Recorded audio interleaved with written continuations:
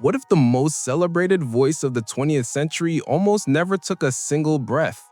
Frank Sinatra's first moments on Earth were spent completely lifeless, blue-faced and silent in a New Jersey kitchen. December 12, 1915 should have been the day the music died before it ever began. At 13.5 pounds, baby Francis Albert was ripped from his mother's womb with forceps, the metal instruments tearing into his tiny face and neck. The doctor was too busy saving Sinatra's mother to even notice the infant wasn't breathing. It was Frank's grandmother who grabbed the seemingly dead baby, dunked him under freezing water, and slapped his back hard enough to shock life into those lungs that would one day captivate millions. But the damage was already done. Those forceps left deep scars across the left side of Frank's face, down his neck and along his jawline, permanent reminders etched into his skin before he could even open his eyes. Growing up in Hoboken, the other kids didn't let him forget it either. They called him Scarface throughout his childhood, mocking the very thing he couldn't control. That nickname cut deeper than any blade ever could. For the rest of his life, Sinatra would cake on heavy makeup before every performance, desperately trying to hide the imperfections that haunted him since birth. The man who would become synonymous with confidence and swagger spent his entire career covering up the scars that made him feel like damaged goods. Even his name wasn't supposed to be Frank. The plan was to call him Martin after his father, but a confused priest baptized him Francis after his godfather Frank Garrick instead. His exhausted mother just shrugged and let it stick. From the very beginning, nothing about Frank Sinatra's life went according to plan. But the physical scars were just the surface. What really messed Frank up was the loneliness that swallowed his childhood whole. He was an only child in a neighborhood where Italian families had 6, 7, 8 kids running around. Everyone else had siblings to fight with, play with, confide in. Frank had nobody.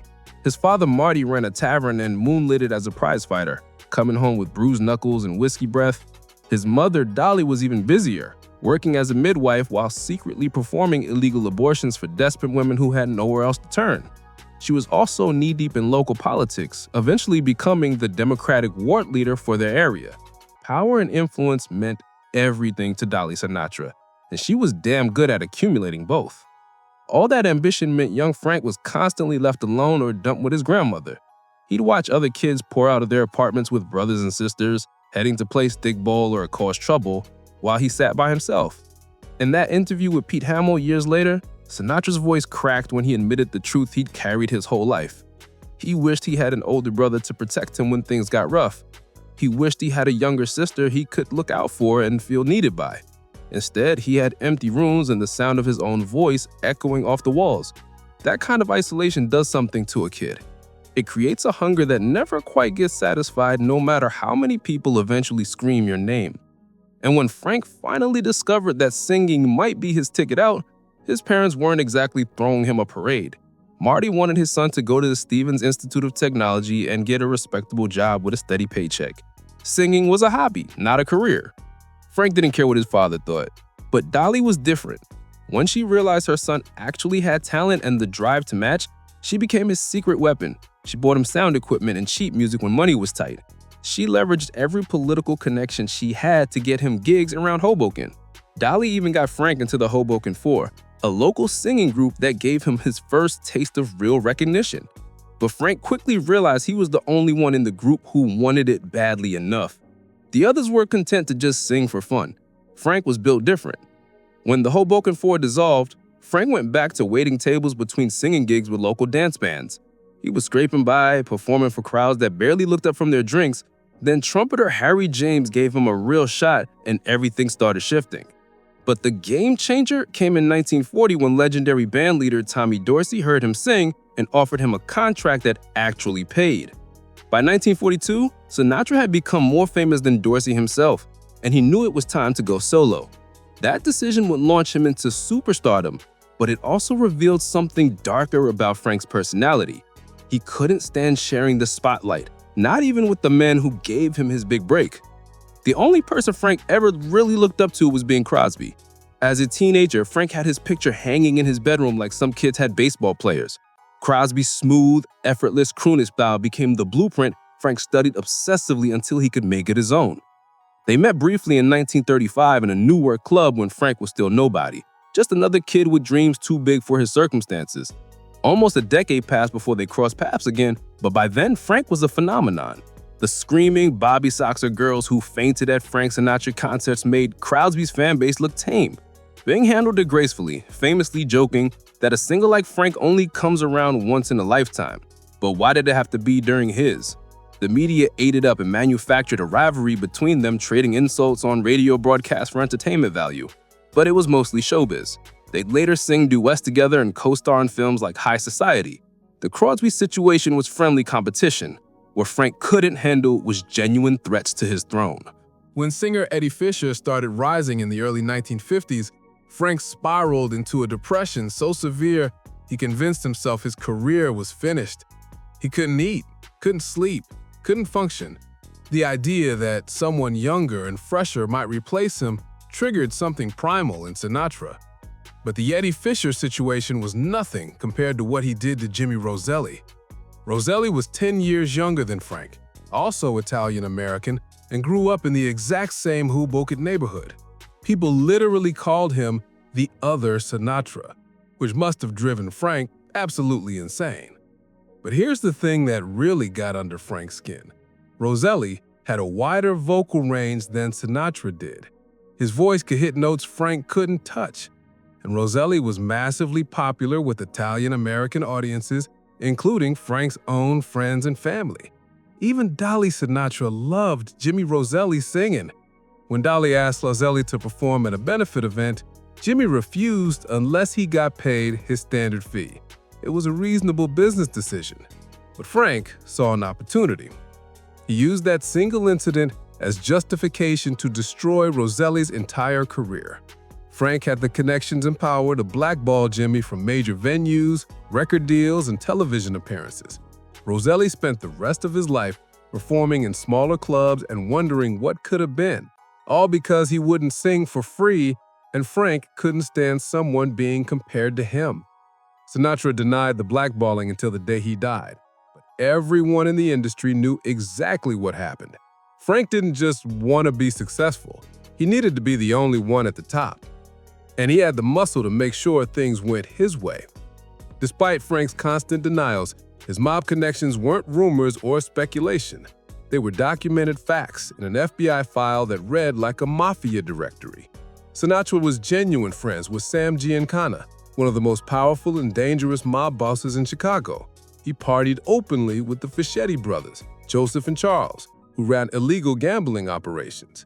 He socialized with Detroit mobsters Anthony and Vito Giacalone like they were just regular buddies.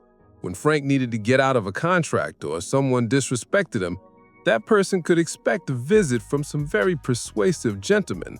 Those visits didn't always end with just conversation either.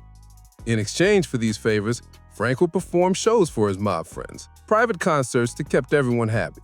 He gambled at their establishments, ran with their crews, and benefited from their protection and influence. The FBI watched Sinatra for years, documenting every meeting, every association, every suspicious transaction. But they never had enough to charge him criminally. Frank knew exactly how far he could push it without crossing the line into prosecutable territory. His full FBI file wasn't released to the public until after his death. And when people finally saw the extent of his mob involvement, it confirmed what everyone already suspected. Frank Sinatra wasn't just friendly with organized crime, he was embedded in it. But somehow the public didn't care. The voice was too beautiful, the persona too magnetic, the legend too powerful to let a little thing like mafia connections ruin it. Frank channeled some of that influence into politics too. He was a passionate Democrat who threw his full weight behind John F. Kennedy's presidential campaign. Nobody knows exactly how Frank and JFK first connected, but Kennedy's sister Pat was married to Peter Lawford, one of Frank's fellow Rat Pack members, so they definitely moved in overlapping circles. Kennedy loved Sinatra's glamour and rebellious edge.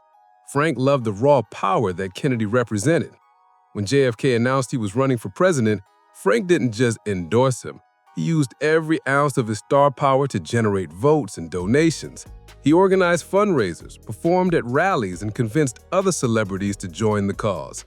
He wanted to be close to that kind of political authority, to feel like he was part of something bigger than music. For a while, it worked. Frank became an unofficial ambassador between Hollywood and Washington, a bridge between entertainment and power. But even that relationship would eventually sour. After Kennedy won, the administration started distancing themselves from Sinatra because of his mob connections. Attorney General Robert Kennedy was aggressively targeting organized crime, and having the president's friend hanging out with mob bosses was becoming a political liability. Frank was devastated when JFK canceled a planned visit to Sinatra's Palm Springs compound and stayed at Bing Crosby's place instead. The rejection cut deep. Frank had built a helipad and guest quarters specifically for the president, and Kennedy snubbed him for his old rival Crosby. That betrayal fed into the same abandonment issues that had plagued Frank since childhood. Looking back at Frank Sinatra's life, the trajectory makes a twisted kind of sense. A kid born with scars he couldn't hide, raised in loneliness he couldn't escape, built a fortress of fame and power to protect himself from ever feeling that vulnerable again. He surrounded himself with mob enforcers and celebrity friends, accumulated influence and wealth, destroyed anyone who threatened his position. But none of it could erase those forceps marks or fill the emptiness left by an isolated childhood.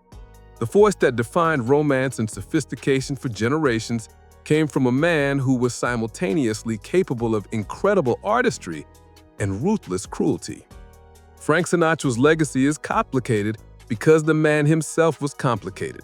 The same insecurities that drove him to greatness also drove him to destroy careers and align with criminals. He was a legend and a cautionary tale wrapped into one unforgettable package. And maybe that's the real tragedy. Frank Sinatra conquered the world, but never quite conquered the demons born in that New Jersey's kitchen when life almost passed him by completely.